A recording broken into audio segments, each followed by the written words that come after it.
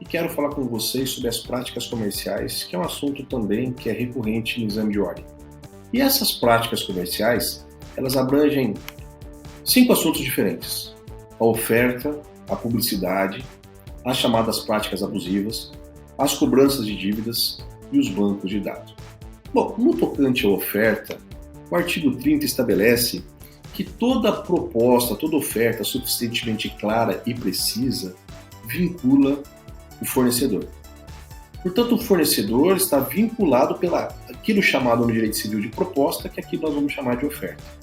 Se uma oferta oferece determinado preço por determinado produto, isso tem que ser cumprido rigorosamente.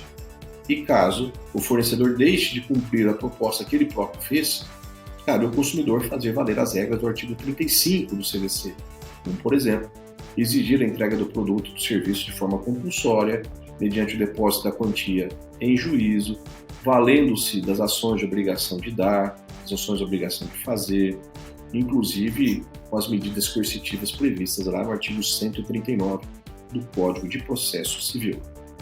Muito bem, então a oferta vincula e eventualmente nós poderemos discutir quanto à vinculação dessa oferta em caso de erro grosseiro. Imaginemos caso real, a televisão ia ser ofertada aqui na minha cidadezinha de Assis por R$ 4.800 e foi ofertada no jornalzinho por R$ 480. Um bando de gente entrou com ação na justiça dizendo: Luiz, a proposta é de 480, está aqui o jornalzinho, com o preço. Eu aceitei, estou depositando em juízo o valor, mas a empresa, a loja, não quer me entregar. Gente, se é verdade que o direito do consumidor visa proteger o consumidor, não menos verdade é o que nós queremos é gerar uma proteção ao consumidor, mas não para ferrar o fornecedor. Lá no artigo 4º do Código de Defesa do Consumidor, quando falamos dos princípios da ordem econômica, o artigo 4º deixa muito claro o equilíbrio das relações. E aqui falta equilíbrio, carece equilíbrio em obrigar alguém a entregar um produto por 10% do seu preço, levando-se em consideração que se o valor fosse cheio, já seria um valor promocional. Logo, a má-fé aqui é do consumidor. Por isso, a jurisprudência majoritária tem entendido, e essa que vai servir no teu exame de ordem, que caso a oferta seja desprovida de dolo, desprovida de má-fé e equivocada, não vincula. Não vincula. Diferente é daquela oferta que te promete e não te entrega de forma dolosa. Essa vincula e o artigo 35 do CDC está à disposição exatamente para forçar o fornecedor a cumprir. Outro dado importante também.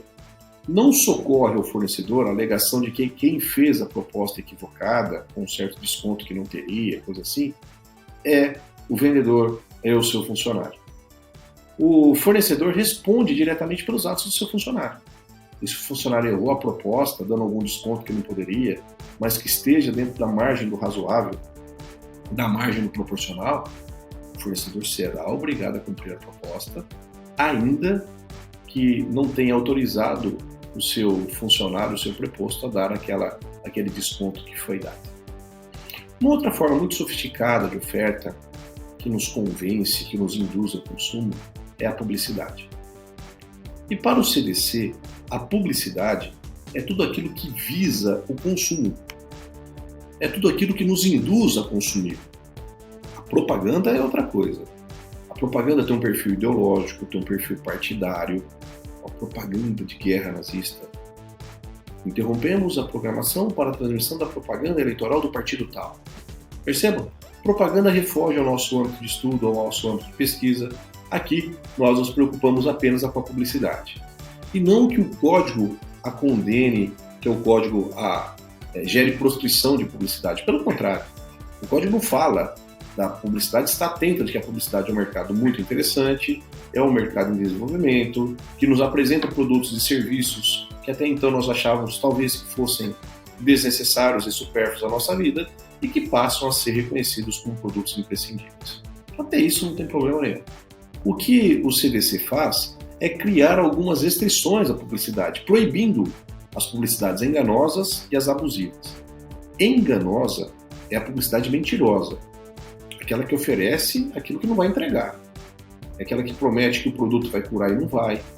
É aquela que promete que se você usar o shapezinho no seu abdômen, você vai ficar sarado, e não vai.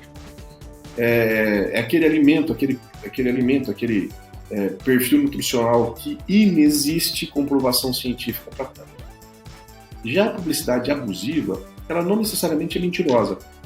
Ela apenas carece de bom tom, carece de bom gosto, ela é ofensiva aos padrões sociais, ela é discriminatória, incitatória no discurso de ódio e coisas que o valem. Também é verdade que a publicidade está à mercê de alguns princípios no direito do consumidor. O primeiro princípio é o princípio da veracidade, né? Que inclui a lealdade, o dever de falar com a verdade. O segundo princípio é o chamado princípio da vinculação, que decorre do artigo 30, já lido. Toda oferta ou publicidade suficientemente clara precisa vinculam. Logo, tudo aquilo que for apresentado através de uma publicidade, vinculado se torna. Também fala-se muito do princípio da imediata identificação. Quando um consumidor bate o olho numa publicidade, ele tem que saber que aquilo é publicidade. Não pode ser uma publicidade sorrateira, subliminar, às escondidas. O que não quer dizer que o merchan é proibido. Quando nós olhamos para um artista que está vestido com uma roupa de marca tal, quando nós olhamos um jogador de futebol vestindo a chuteira tal, quando nós olhamos uma televisão, uma novela de televisão, os caras usando um carro tal, um relógio tal, tudo isso a gente sabe que é merchan, mas nós conseguimos identificar. Não é escondida, não é subliminar essa publicidade, portanto vale. Além disso também existem dois outros princípios muito importantes. O princípio da contrapropaganda. Toda vez que for colocado no mercado um produto ou um serviço potencialmente danoso e que reconhecidamente esteja causando dano aos consumidores, impõe-se ao fabricante, ao fornecedor de modo geral, a chamada contrapropaganda. Esclarecer ao público os riscos que decorrem do uso desse produto ou desse serviço. Quais são os danos a que esses estarão eventualmente expostos, alertando-os a trocarem determinadas peças, o chamado e famoso recall, que nasceu lá no direito norte-americano. Aqui no Brasil, eventualmente, um fabricante de alimento faz isso, um fabricante de veículo também. Certa vez, a Volkswagen produziu uma linha em série do Fox, do Space Fox, cujos bancos de trás, quando nós os puxávamos, o trilho podia passar em cima do nosso dedo cortando. Então vem a Volkswagen a público e diz assim: quem comprou o Fox, o Space Fox dos anos tais, favor comparecer na concessionária para imediata troca. Cuidado, não manuseie nos bancos, pois pode ser cortado os seus dedos, causando-se danos graves, algo mais ou menos nesse sentido. Isso é a contrapropaganda, isso é o dever de lealdade, de informar não apenas os méritos, mas eventualmente os deméritos, como forma de proteção ao consumidor. E diga-se, ainda que o fornecedor faça essa contrapropaganda, não o exime do dever de indenizar. E, finalmente, um princípio muito interessante, que é o princípio da inversão do ônus da prova automático.